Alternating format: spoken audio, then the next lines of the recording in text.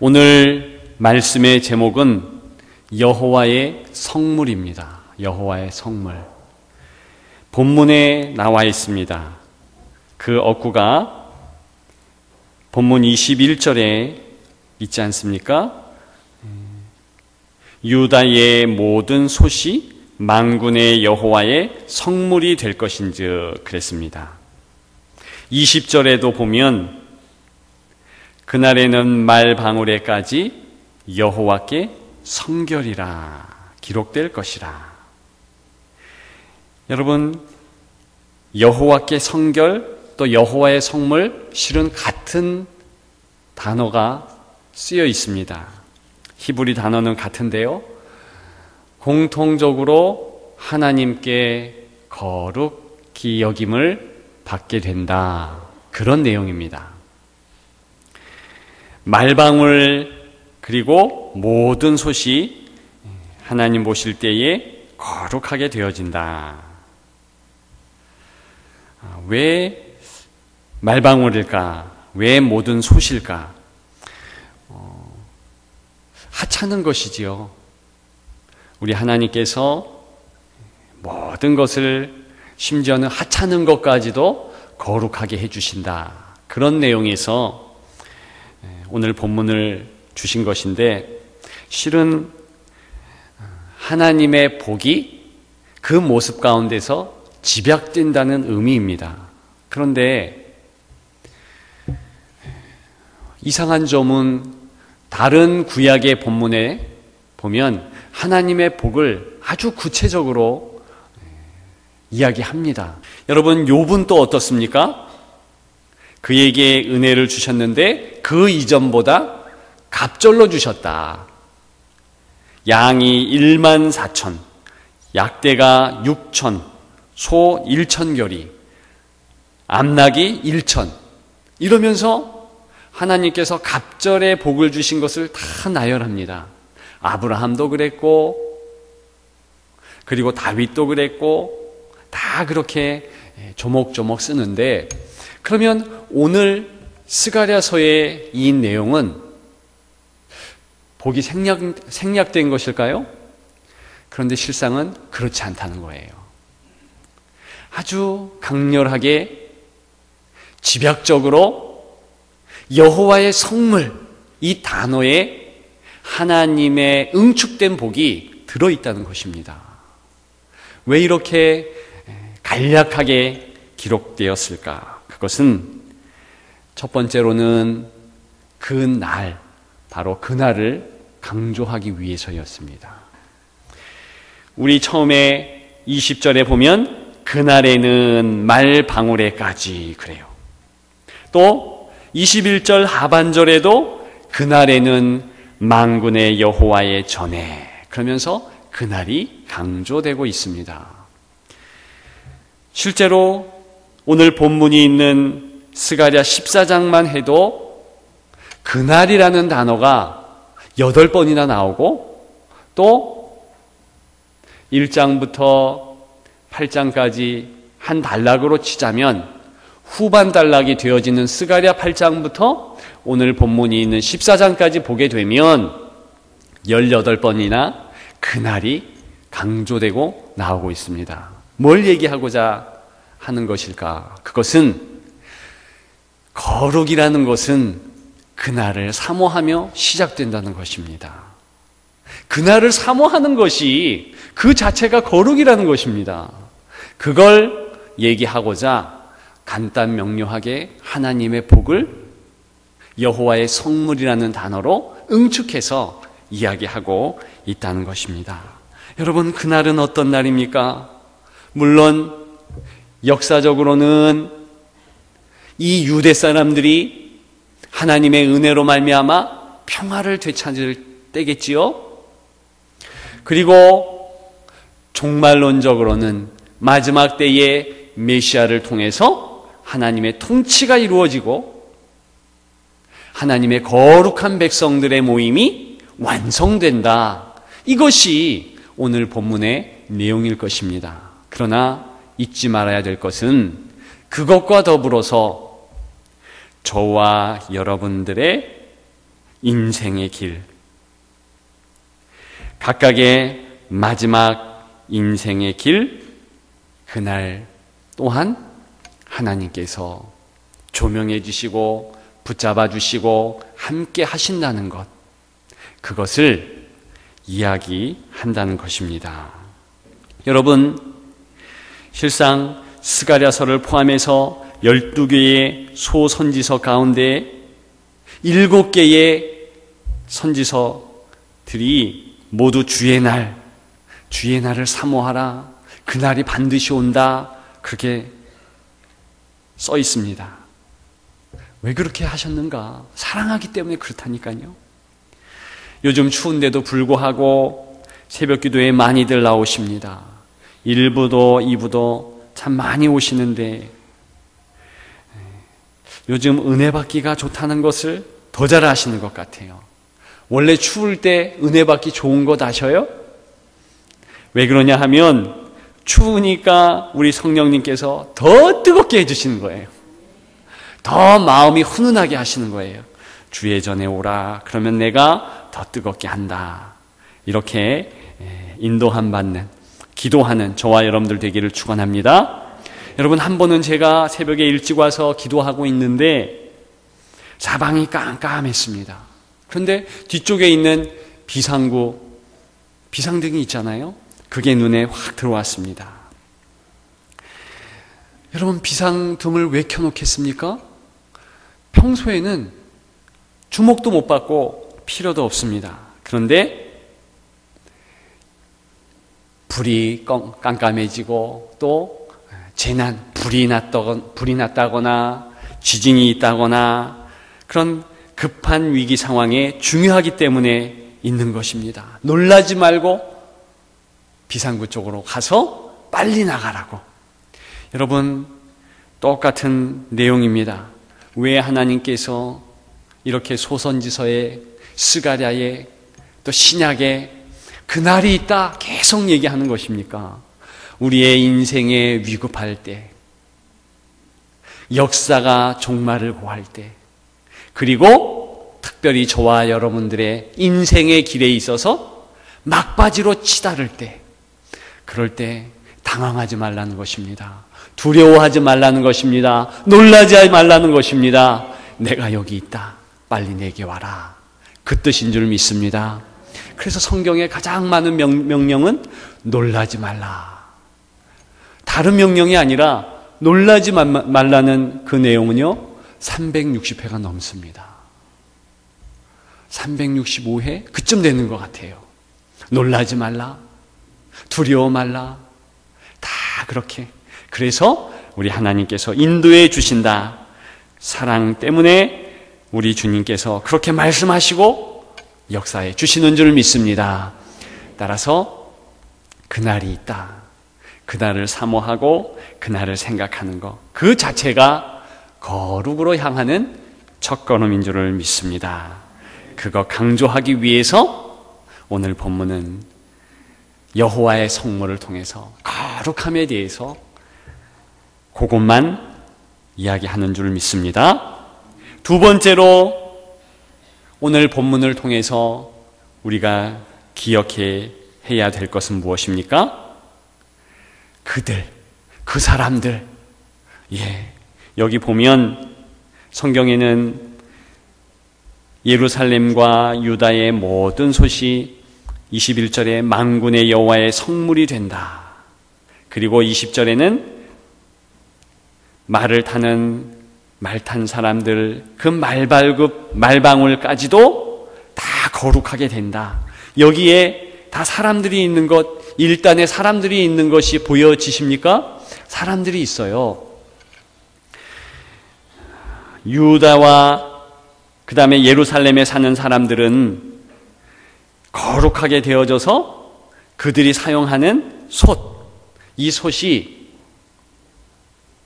여호와의 전에 있든 아니면은 그냥 일반 백성들의 집안에서 그것으로 음식을 끓이든 무엇을 하든지 거룩한 성물이 된다는 거예요. 이게 무슨 내용이냐 하면 그 솥을 쓰는 사람들을 하나님께서 거룩하게 하심으로 그렇게 하찮은 모든 물건조차도 거룩하게 하신다.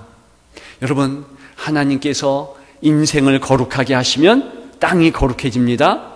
공기까지도 거룩해 주십니다. 모든 것이 다 거룩해지는 것입니다. 그렇기 때문에 실상은 저와 여러분들이 가장 관심을 둬야 할 것이 거룩인 줄 믿습니다.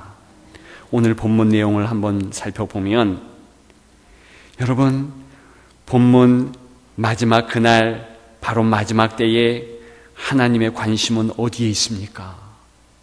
그 당시 가장 힘들었던 스가랴 당시의 백성들 형편을 보셔요. 그들은 억압되어 있습니다. 자유가 있지 않아요. 그런데 오늘 본문은 어디를 보더라도 하나님께서 해방을 주셨다, 혹은 자유를 주셨다, 그런 내용이 없습니다. 그렇죠? 또 이들에게는 지금 아무 힘이 없어요. 나약하거든요. 그들이 칼이 있습니까? 방패가 있습니까? 말 한 마리라도 있습니까? 전혀 힘이 없는 식민지 사람들로 전락되어 있어요. 그런데 그들에게 큰 힘을 주겠다, 그렇게 이야기합니까? 그렇지 않아요. 그런 내용이 없습니다. 여러분, 땅에 떨어진 이스라엘 백성들, 유대 백성들에게 명예를 복원시켜 주겠다, 그런 내용이 있습니까? 아니요, 없어요. 오직 거룩, 하나님께서 거룩하게 하시겠다, 이 내용만 있는 줄을 믿습니다. 여러분, 왜 그렇게 우리의 거룩에 하나님은 목을 매실까? 그것은요, 이 거룩이라는 이 단어는요, 저와 여러분들이 잘 알다시피 구별, 성별, 그래서 하나님이 거룩하시다, 그것은 당연히 이 피조물과 갈라지게 되어 있습니다. 여러분, 하나님이 얼마나 높으신 분이십니까? 그에 반해서 우리는 얼마나 낮은 존재입니까? 그 야곱은 지렁이와 같다 그랬어요. 그러니까 우리는 하나님 거룩하시다 할 때는 하나님이 완전히 구별되시고 또 영광을 받으시고 그렇게 하는 것이지만은, 우리 스스로가 거룩해야 된다, 이렇게 하는 것은 구별되는 것을 얘기하는 것인데, 특별히 이 오늘 본문을 통해서 우리가 깨닫는 구별은 그리스도의 신부로서의 구별인 줄 믿습니다. 예, 그리스도의 신부로서의 구별이에요. 우리나라도 그렇지만 이스라엘에서는 신부를 특별 관리합니다. 그래서 정원을 하고 1년 정도 준비 기간이 따로 있을 정도예요. 정결의 시간을 갖는 겁니다. 그래서 예수님이 태어나실 때 이제 육신의 어머니 마리아와 육신의 아버지 요셉이 정원을 했는데 한 방을 쓴 건 아니에요. 각 방을 썼는데, 그러다가 이제 임신이 되었고 성령에 의해서 예수님을 갖게 되었고, 그래서 이제 같이 합방 쓰기 전에 예수님을 순산하게 되지요. 그게 베들레헴 마구간 아니겠습니까? 그 정황이 우리가 알고 있는 이스라엘의 문화인데, 여러분, 오늘 본문에 보면 이 거룩이라는 것은 이렇게 나를 받아놓고 몸을 단장하는 신부와 같다는 것입니다. 스가랴 시대의 백성들뿐만이 아니라 저와 여러분들도 그렇다는 것이에요. 하나님께서 관심 가져주시되 신부로서 우리를 거룩하게 그렇게 단장을 시켜주시고 그날을 준비케 하신다. 그렇기 때문에 항상 주의 종들은, 특별히 주의 사도들, 다 성경에 나오는 인물들은 거룩을 강조했습니다. 우리 하나님께서도 레위기에 먼저 거룩을 4번이나 강조하셨습니다. 내가 거룩하니 너희도 거룩하라. 여러분, 하나님의 거룩은 어떤 것입니까? 그 높으신 분께서 이 땅 가장 낮은 곳 신의 산에 내려오셔서 인간에게 손을 내미시고 그리고 같이 할 수 있는 은혜를 주신 것, 이것이 거룩이에요. 여러분, 저와 여러분들의 거룩은 무엇입니까? 바로 그 하나님의 손을 붙잡는 게 거룩인데, 이것이 그냥 되는 것이 아니에요. 어떤 행동을 취해야 되는데, 디모데전서 6장에는 오직 너 하나님의 사람아, 이것들을 피하고, 그러면서 분쟁과 비방과 탐심을 피할 것을 권면하고 있습니다. 또 믿음의 선한 싸움을 싸우라. 여러분, 거룩이 그냥 이루어지는 것이 아니라 이 한 목적 가지고 나아가야 하는 것인데, 피할 것 피하고 취할 것 취하라는 거예요. 더 구체적으로 말씀드릴까요? 저와 여러분들에게 있어서 이 시대의 거룩은 무엇입니까? 오늘 주보에도 보면 알림의 두 번째 항목에 2018년 교회기구 조직 발표, 그러면서 사역부서 지원을 부탁합니다. 예배 지원부, 아기학교, 싱글부 뭐 이렇게 쭉 나오는데, 그런 부분에 있어서 하나님, 내가 이런 부분 하나님의 존전을 위해서 헌신하겠습니다. 이런 것이 거룩인 겁니다. 여러분, 사랑은 감정이 아니겠지요? 오늘 본문에도 실상은 사랑이 잔잔하게 배어 있는 것인데, 이 사랑이 거룩으로 나타난 거예요. 이 거룩이, 행동하는 사랑이 바로 거룩이라는 것을 이야기하는 것입니다. 그러면 우리가 그렇게 거룩하기에 힘쓰고 헌신하면서 나아가면 하나님께서 우리들을 통하여서 기뻐하시고 감사가 넘치게 되고, 그러한 최후의 모습이 오늘 본문의 모습이 된다는 것입니다. 그래서 사도 바울은 그것을 위해서 나는 날마다 죽노라 그랬습니다. 항상 예수를 위하여 죽음에 넘겨짐은 예수의 생명이 또한 우리 죽을 육체에 나타내게 하려 함이라. 여러분, 예수를 위하여 죽음에 넘겨짐은, 항상 내가 넘겨지면 그렇게 얘기해요. 그러니까 계속해서 매일매일 거룩하게 되기 위해서 행동한다는 것입니다. 하나님 앞에 나아간다는 것이에요. 여러분, 이런 노력이 없으면 실상은 우리가 신부단장하는 것, 거룩한 백성으로 살아가는 것 조금 부족한 것입니다.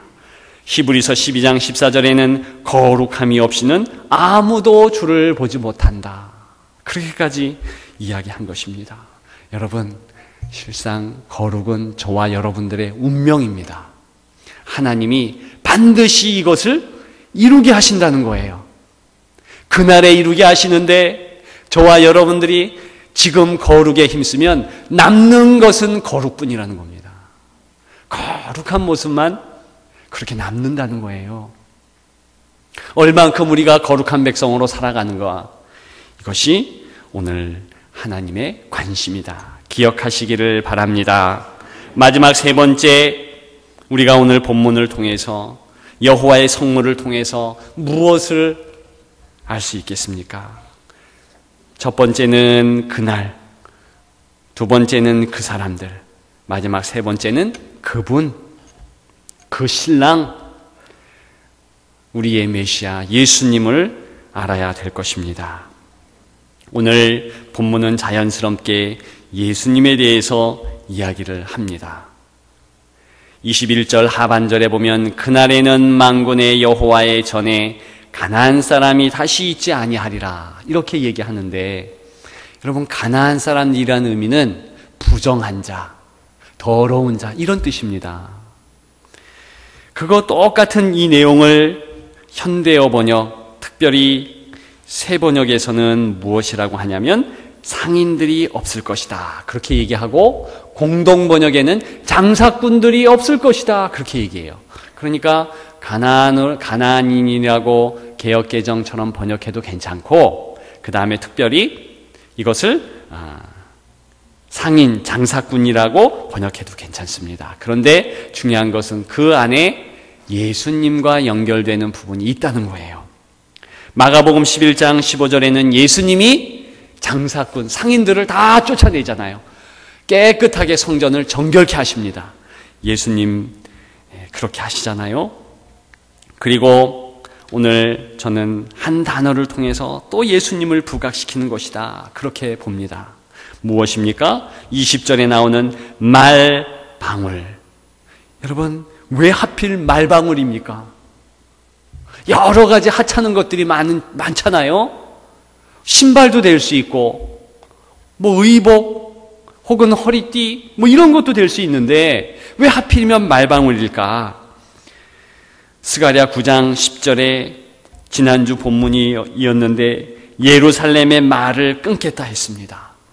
에브라임의 병거와 예루살렘의 말을 다 하나님께서 끊겠다 그랬잖아요. 그런데 지금은 거룩의 대상에 포함이 되어서, 여러분, 그 여호와께 성결이라는 그 단어는 대제사장의 이 머리에 쓰는 그 멸관과 같은 관띠, 거기에 금박으로 새기는 내용이에요. 근데 그것이 동일하게 어디에 새겨지는가? 오늘 본문에는 말방울, 작은 말에게 차오는 그 방울에 여호와께 성결, 그렇게 쓰여진다는 거예요. 뭘 얘기할까?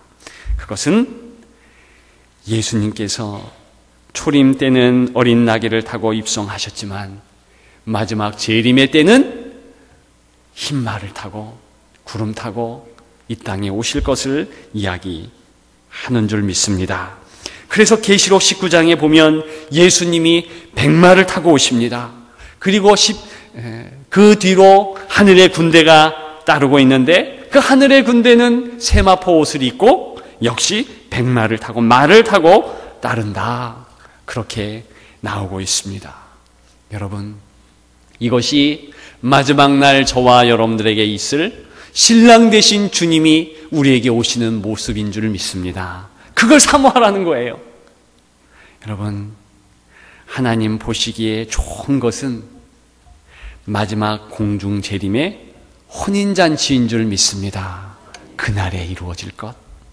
스가랴의 거룩은 오늘 특별히 그것을 나타내는데, 성탄의 때에 우리가 더욱 거룩한 신부로서 그렇게 하나님 앞에 기도하고 나아가야 되겠다. 그런 마음으로 거룩한 신부가 되시는 저와 여러분들 되기를 주님의 이름으로 축원합니다. 축원합니다.